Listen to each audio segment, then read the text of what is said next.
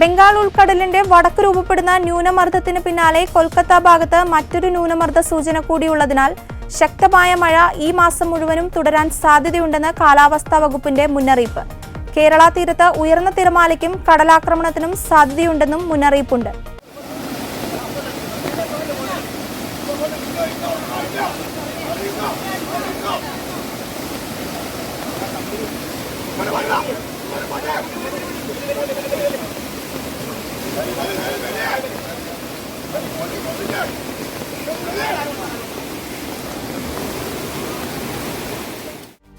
വടക്കുഭാഗത്തെ ന്യൂനമർദ്ദം ഒഡീഷ തീരമേഖലയിൽ എത്താനാണ് സാധ്യത.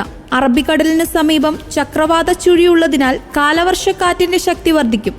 പലയിടത്തും തീവ്രമഴ പ്രതീക്ഷിക്കുന്നതിനാൽ വെള്ളക്കെട്ടും മണ്ണിടിച്ചിലും ഉണ്ടാകും. സംസ്ഥാനത്തിന്റെ തെക്കുഭാഗത്ത് പൊതുവെ മഴയുടെ ശക്തി കുറഞ്ഞിട്ടുണ്ട്. IMDയുടെ പ്രവചനമനുസരിച്ച് ഓഗസ്റ്റ് 3 വരെ ഈ കാലയളവിൽ സാധാരണ കിട്ടുന്നതിനേക്കാൾ കൂടുതൽ മഴ ലഭിച്ചേക്കാമെന്നാണ് കാലാവസ്ഥാ വിദഗ്ധർ അറിയിച്ചത്. കനത്ത മഴയിൽ സംസ്ഥാനത്ത് പല ജില്ലകളിലും മഴക്കെടുതി തുടരുന്നു. വയനാട് പൊൻകുഴി ഭാഗത്ത് ദേശീയപാത 766 വെള്ളക്കെട്ട് കാരണം മുത്തങ്ങ വനമേഖലയിൽ കുടുങ്ങിക്കിടന്നിരുന്ന എല്ലാവരെയും പുറത്തെത്തിച്ചു. വനമേഖലയിൽ കുടുങ്ങിയ 500ഓളം പേരെയാണ് രക്ഷപ്പെടുത്തിയത്. കനത്ത മഴയ്ക്കിടെയായിരുന്നു പോലീസിന്റെ ഫയർഫോഴ്സിന്റെയും രക്ഷാദൌത്യം. KSRTC ബസ്സുകൾ, ലോറികൾ, കാറുകൾ ഉൾപ്പെടെയുള്ള നിരവധി വാഹനങ്ങളിലായി 500ഓളം പേരാണ് വനമേഖലയിൽ ഉണ്ടായിരുന്നത്. വയനാട് രാത്രി മഴയുണ്ടായിരുന്നെങ്കിലും രാവിലെ ശമനമുണ്ട്. വയനാട്ടിൽ 682 കുടുംബങ്ങളിൽ നിന്നായി 2281 പേരാണ് ദുരിതാശ്വാസ ക്യാമ്പിലുള്ളത്. കോഴിക്കോട് ജില്ലയിലെ മലയോര മേഖലയിലും താഴ്ന്ന പ്രദേശങ്ങളിലും മഴക്കെടുതികൾ തുടരുന്നു.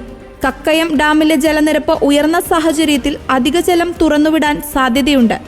കുറ്റ്യാടി പുഴയിലെ ഇരുകരകളിലും താമസിക്കുന്നവർ ജാഗ്രത പാലിക്കണമെന്ന് കളക്ടർ അറിയിച്ചു. ചാലിയാറിലും ഇരവഞ്ഞിപ്പുഴയിലും ചെറുപുഴയിലും പൂനൂർ പുഴയിലും ജലനിരപ്പ് ഉയരുന്നു. ജില്ലയിൽ 3 ദുരിതാശ്വാസ ക്യാമ്പുകൾ കൂടി തുറന്നു. ഇന്നലെയുണ്ടായ മഴയിൽ വെള്ളം കയറിയും മരങ്ങൾ വീണും മണ്ണിടിഞ്ഞും മറ്റുമായി 21 വീടുകൾ ഭാഗികമായി തകർന്നു. പല സ്ഥലത്തും തടസ്സപ്പെട്ട ഗതാഗതം പുനഃസ്ഥാപിച്ചിട്ടില്ല. ഇരുവഞ്ഞിപ്പുഴ കരകവിഞ്ഞൊഴുകിയതിനെ തുടർന്ന് വെള്ളം കയറിയ മാവൂർ കുളിമാട് ചേന്ദമംഗലൂർ റോഡിൽ ഗതാഗതം പുനഃസ്ഥാപിക്കാനായില്ല. ഇതുവഴിയുള്ള ഗതാഗതം നാട്ടുകാർ ബാരിക്കേഡ് വെച്ച് തടഞ്ഞിരുന്നു. ചാലിയാറിലും ജലനിരപ്പ് ഉയരുന്നു. മാവൂരിലെ പല താഴ്ന്ന പ്രദേശങ്ങളിലും വെള്ളം കയറിയിട്ടുണ്ട്. ബംഗാൾ ഉൾക്കടലിൽ ഒഡീഷ, ആന്ധ്രാപ്രദേശ് തീരത്തിന്റെ സമീപത്ത് കൂടിയിട്ടുള്ള ന്യൂനമർദ്ദം അത് ശക്തിപ്പെട്ടു വരുന്നുണ്ട്. അതോടൊപ്പം വടക്കൻ കേരളം മുതൽ ഗുജറാത്ത്, തെക്കൻ ഗുജറാത്തിന്റെ തീരം വരെ രൂപപ്പെട്ട ന്യൂനമർദ്ദം പുറത്തുകൂടിയാകുമ്പോൾ നല്ല ശ്രദ്ധയുണ്ടാകണം എന്നുള്ളത് തന്നെയാണ് ഇപ്പോൾ കൊടുത്തുകൊണ്ടുള്ള മുന്നറിയിപ്പ്.